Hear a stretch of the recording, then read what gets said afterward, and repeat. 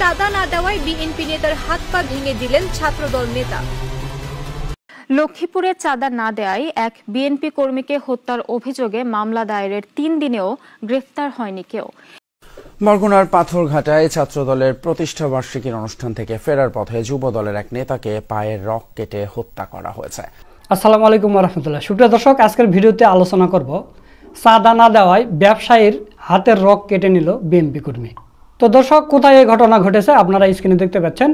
নোয়াখালীর দ্বীপ উপজেলা হাতিয়ার দাবিকৃত চাঁদা না পেয়ে মোহাম্মদ লবির উদ্দিন ষাট নামের এক ব্যবসায়ীর হাতের কবজি কেটে দেওয়ার অভিযোগ উঠেছে বিএনপির এক কর্মীর বিরুদ্ধে। বুধবার 28 মে রাত 11টার দিকে উপজেলার হরণী ইউনিয়নের হাতিয়া বাজারে এই ঘটনা ঘটে। তো এটা নিয়ে অনেকগুলো গণমাধ্যম নিউজ করছে, আপনারা দেখতে পাচ্ছেন। এটা নিয়ে ইত্তেফাক নিউজ করছে, চাঁদা না দেওয়ায় ব্যবসায়ীর হাতের রগ কেটে দেওয়ার অভিযোগ বিএনপি কর্মীর বিরুদ্ধে। এরপরে দেখেন ইত্তেফাকের আরেকটা পোস্টার দেখেন, চাঁদা না দেওয়ায় ব্যবসায়ী হাতের রগ কেটে দিলেন বিএনপি কর্মী। তারপরে ঢাকা পোস্টের নিউজ দেখেন, চাঁদা না দেওয়ায় ব্যবসায়ীর কবজি কেটে দিলেন বিএনপি কর্মী। তো দর্শক, আপনারা কয়েকটা নিউজ দেখলেন যে চাঁদা না দেওয়ায় ব্যবসায়ীর হাতের রগ কেটে নিয়েছে বিএনপি কর্মী। তো এটা কিন্তু মানে জলজান্ত প্রমাণ এবং এটা নিয়ে নিউজ হয়েছে, ভিডিও আছে। তো এখন কথা হলো যে জামাত শিবিরের বিরুদ্ধে রগ কাটার অভিযোগ তোলা হয়। সে দীর্ঘদিন থেকে আমরা শুনে আসতেছি, গত 20 বছর ধরে আরও বেশি শুনে আসতেছি, কিন্তু আমরা একটা ভিডিও দেখতে পেলাম না, কোনো একটা রেফারেন্স সহ একটা নিউজ দেখতে পেলাম না। শুধু আমরা মুখে মুখে শুনি জামাত শিবির রগ কাটে। এবং প্রাক্তন শিবিরের অনেক কয়জন নেতাকর্মীরা কোটি টাকার অফার ঘোষণা করছিল যে আপনারা একটা নিউজ দেখাবেন এভিডেন্স সহকারে, তাহলে আপনি কোটি টাকা পুরস্কার পাবেন, কিন্তু কেউ দেখাতে পারেনি। অথচ জামাত শিবিরের নামে মিথ্যাচার করা হয় যে গুপ্ত সংগঠন, এরা হাত পায়ের রগ কাটে। তো হাত পায়ের রগ কারা কাটে আপনারা দেখলেন, মানে এর আগেও আপনারা দেখেছেন, এখনও দেখেন। আমি মানে এই 5 আগস্টের পর থেকে আপনাদের আর কয়েকটা নিউজ দেখায়, আপনারা স্ক্রিনে লক্ষ্য করেন। ছাত্রদলের সাবেক সভাপতির হাত পায়ের রগ কেটে দিল বিএনপি নেতারা, এটা ইনক্লাবের নিউজ। তারপর যুবদল সভাপতির পায়ের রগ কেটে দিল শ্রমিক দল নেতা। বিএনপি নেতার বিরুদ্ধে ছাত্রদল নেতার রগ কাটার অভিযোগ। ছাত্রদলের সাবেক নেতার হাত পায়ের রগ কাটল প্রতিপক্ষ, মানে ওদেরই আর এক গ্রুপ। সিরাজগঞ্জে আওয়ামী লীগ নেতার পায়ের রগ কাটল বিএনপি নেতাকর্মীরা। ছাত্রদল নেতার হাত পায়ের রগ কেটে জখম, অভিযোগ সংগঠনের নেতাকর্মীদের বিরুদ্ধে। তো এগুলো নিউজ যেগুলো দেখলেন, এগুলো সব দেশ স্বাধীনের পরে। তো তাহলে আপনারা এখন বলেন হাত পায়ের রগ কারা কাটে? যেমন জামাতে ইসলামীকে যুদ্ধ অপরাধীর দল বলা হয়, অথচ মুক্তিযুদ্ধের যুদ্ধ অপরাধীর তালিকা করে দেখা গেছে 1000 উপরে আওয়ামী লীগ, তারপর বিএনপি আর জামাতের 37 জন মাত্র। জামাত ইসলামীতে মুক্তিযোদ্ধা আছে এক, দ্বিতীয় হচ্ছে রাজাকারের সংখ্যা আওয়ামী লীগে 8000-এর বেশি, 10,000-এর একটা ট্রায়াল হয়েছিল, 8000 হচ্ছে আওয়ামী লীগে, 1024 জন বিএনপিতে, জামাতে 37 জন। তাহলে কাদেরকে মানে দেশপ্রেমিক দল বলবেন? রাজাকারের দল কারা? রাজাকারের দল হচ্ছে আওয়ামী লীগ। আওয়ামী লীগ হচ্ছে রাজাকার পুনর্বাসন কেন্দ্র তৈরি করেছিল। যখন শেখ মুজিবুর রহমান যুদ্ধ অপরাধের বিচার করেছিল, সেই বিচারের সময় একজন জামাত নেতার নাম পাওয়া যায় নাই যাদেরকে শাস্তি দেওয়া হয়েছে, যাদেরকে তালিকাভুক্ত করা হয়। তো তাহলে যুদ্ধ অপরাধীর দল কারা? অথচ জামাতের উপরেই এই দোষ আসে। কারণ গত 15 বছরে আওয়ামী লীগ সরকার এই জামাত শিবিররা রগ কাটে এটার প্রচারণা চালাতে কয়েকশো কোটি টাকা খরচ করেছে, শুধু মিথ্যা প্রচারণা চালাতে। আপনাকে যদি একটা মিথ্যা কথা 100 বার বলা হয়, আপনি ওটা সত্য বলে ধরে নেবেন। আপনি ওটা সত্য বলতে বাধ্য 100 বার যদি আপনার কানে শোনানো হয় এটা এটা এটা এইভাবে। তো ওই আওয়ামী লীগ সরকার সেটাই করেছে, সেটাই এখন বিএনপির নেতাকর্মীরা পায়ের রগ কাটে, দোষ হয় যে জামাত শিবিরের। তো প্রিয় দর্শক, এই বিষয় নিয়ে গুরুত্বপূর্ণ আলোচনা করেছেন আমাদের বড় ভাই মোহাম্মদ সুলাইমান এবং বিএনপি নেতাকর্মীদের কঠিন ধলাই করেছেন। তো আপনারা পুরো ভিডিওটা দেখে যাবেন। তো চলুন ভিডিওটা দেখি। জামাত শিবিরের বিরুদ্ধে বলার কোনো অধিকার নেই বিএনপির। বিএনপির নিজেরা কত বড় নজিরবিহীন ঘটনা ঘটাচ্ছে বাংলাদেশের রাজনীতিতে, যেটা আওয়ামী লীগও ঘটাতে পারেনি, আওয়ামী লীগও যে পর্যায়ে যায়নি, কিন্তু বিএনপি ঘটাচ্ছে। এই পরিস্থিতিতে আমাদের জরুরি সোচ্চার হওয়া দরকার বিএনপির বিরুদ্ধে। বাংলাদেশের রাজনীতিকে অস্থিতিশীল করে তুলছে বিএনপি, বাংলাদেশের জনগণকে অনেকটা বসবাসযোগী করে তুলছে বিএনপি, ব্যবসা বাণিজ্যের অনুপযোগী দল বিএনপি। নিজ দলের নেতাকর্মীরা নিজ দলের হাতে নিরাপদ নয়। হাসিনার দোসর রাশেদ খান মেনন, দিলীপ বড়ুয়া, হাসানুল হক ইনুদের লোক, মুজাহিদুল ইসলাম সেলিমদের লোক, তাদের পক্ষে দাঁড়ায় বিএনপি ছাত্রদল, আর শিবিরকে বলে সন্ত্রাসী। আর শিবিরপন্থী দু একজন লোক এই রাশেদ খান মেনন বা হাসিনার দোসরদের ধাওয়া দিলে বা গায়ে চেয়ার ছুঁড়ে মারলে শিবির হচ্ছে সন্ত্রাসী আর ওরা হচ্ছে শান্তিপূর্ণ। আর বিএনপি ছাত্রদল এতে উদ্বিগ্ন যে শিবির ক্যাম্পাসে এই করছে সেই করছে। আর বিএনপি নিজেরা মারামারি করে যে 100 মতো লোক মারা যায় তাতে তারা উদ্বিগ্ন না। এর মানে কি? এই উদ্বিগ্ন হওয়াটা স্রেফ বাটপারি। এই উদ্বিগ্ন হওয়ার অধিকার তাদের নেই। কোনো রাজনৈতিক মারামারিতে বা বিশৃঙ্খলায় যদি তারা উদ্বেগ দেখায়, সবার আগে উদ্বেগ দেখাতে হবে নিজেদের দুই গ্রুপে মারামারি। এটা যদি না পারে তাহলে তাদের উদ্বেগ দেখানোর অধিকারই নেই। 100 লোক মারা যায়, নিহত হয়, লাশ পরে 100টা, তাতে উদ্বিগ্ন না। আর রাশেদ খান মেননের এক কর্মীর গায়ে চেয়ার ছুঁড়ে মারলে তাতে উদ্বিগ্ন, তাতে মিছিল করতে হয়। এসব বাটপারি রাজনীতি বাংলাদেশে চলবে? বিএনপির চরিত্র যে কেমন বাটপারি চরিত্র ক্লিয়ার। দর্শক, শিবিরকে বলে রক কাটা, আসলে রক কাটা হচ্ছে বিএনপি। বিএনপি হচ্ছে রক কাটা, গলা কাটা, যত কাটা আছে সব। চোর, ছিনতাইকারী।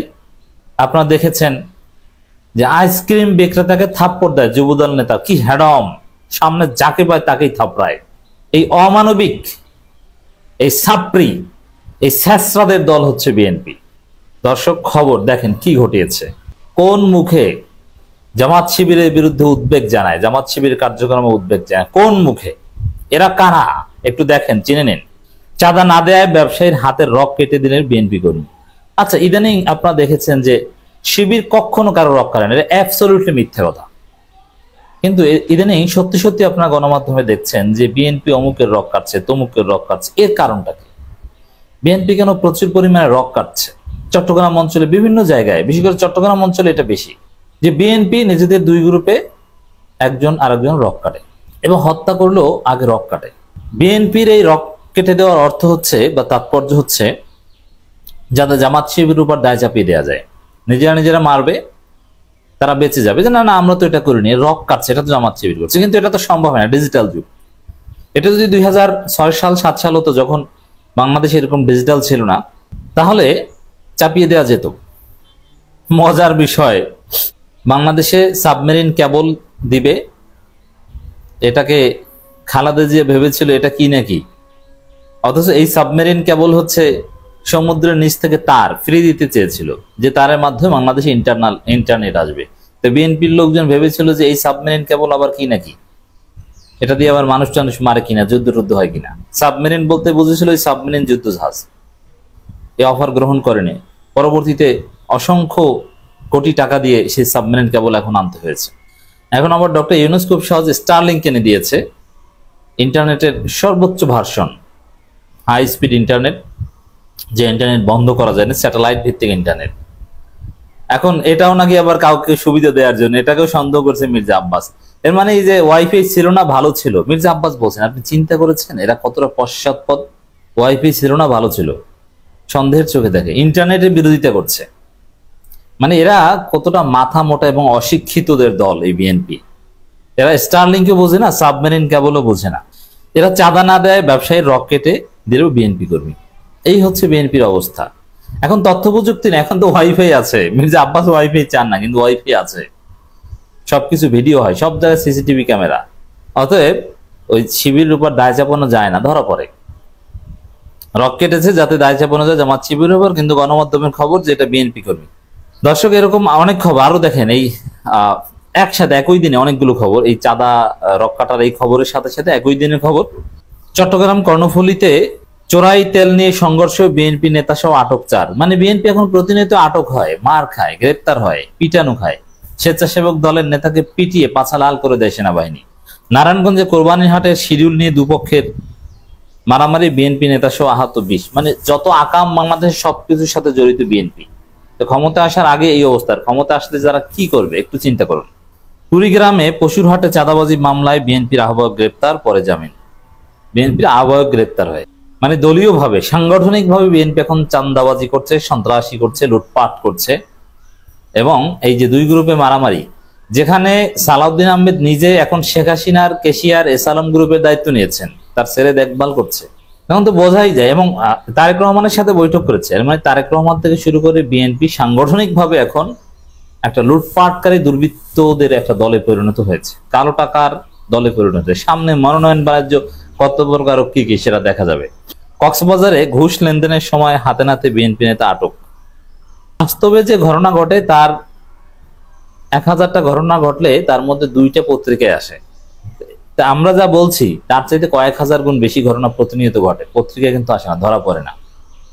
গণমাধ্যমগুলো বিএনপি বিরুদ্ধে রিপোর্ট করতে সাহস পায় না, গণমাধ্যম স্বাধীন নয়। বিএনপি কিনে নিয়েছে গণমাধ্যমগুলো, সবগুলো বিএনপির পকেটে। ফাঁক ফকরে 2-4টা নিউজ হয়, অথবা যেটা সোশ্যাল মিডিয়া ভাইরাল হয় ওইটা নিউজ। এই চট্টগ্রামের সীতাকুণ্ডে বিএনপির 2 গ্রুপের সংঘর্ষে যুব দলের 1 কর্মী নিহত। তাহলে আপনি চিন্তা করেন যে যুব দলের কর্মী নিহত, জয় বাংলা, কততম উইকেট এটা? 100-র কাছাকাছি সেঞ্চুরি। এই বিএনপি যাদের প্রতিনিয়ত তাদের উইকেটের পতন ঘটে তাদের নিজেদের আভ্যন্তরীণ আগামে, তারা কোন চক্ষু লজ্জায়, কোন মুখ নিয়ে জামাত শিবিরের বিরুদ্ধে উদ্বেগ জানায়? জামাত শিবির নাকি ক্যাম্পাসে দখলদারিত্বের রাজনীতি করছে, অমুক তমুক, কোন মুখে এগুলো বলে? এগুলো বলার কোনো অধিকার নাই তাদের। প্রমাণিত হলো এই বিএনপি আওয়ামী লীগের মতো। এই বিএনপির চরিত্র আর আওয়ামী লীগের চরিত্র এক, এরা সন্ত্রাসী। সুপ্রিয় দর্শক, আপনারা সুলাইমান ভাইয়ের ভিডিও সহ পুরো ভিডিওটা দেখলেন। তো আজকের ভিডিওটা আপনাদের কাছে কেমন লেগেছে তা অবশ্যই কমেন্ট করে জানিয়ে দিবেন, এবং এই ভিডিও সম্পর্কে আপনাদের মতামত কি, যে পায়ের রক কাটা, কারা রক কাটায়, এই বিষয়ে আপনাদের মতামত কি সেটাও কমেন্ট করে জানিয়ে দেবেন। এই কথা বলে আজকের ভিডিও এখানে শেষ করছি। ভিডিওটা ভালো লাগলে শেয়ার করবেন, লাইক করবেন। নিত্য নতুন আপডেট ভিডিও পেতে আমাদের চ্যানেলটা সাবস্ক্রাইব করে রাখবেন। সকলকে ধন্যবাদ। আসসালামু আলাইকুম ওয়া রাহমাতুল্লাহ।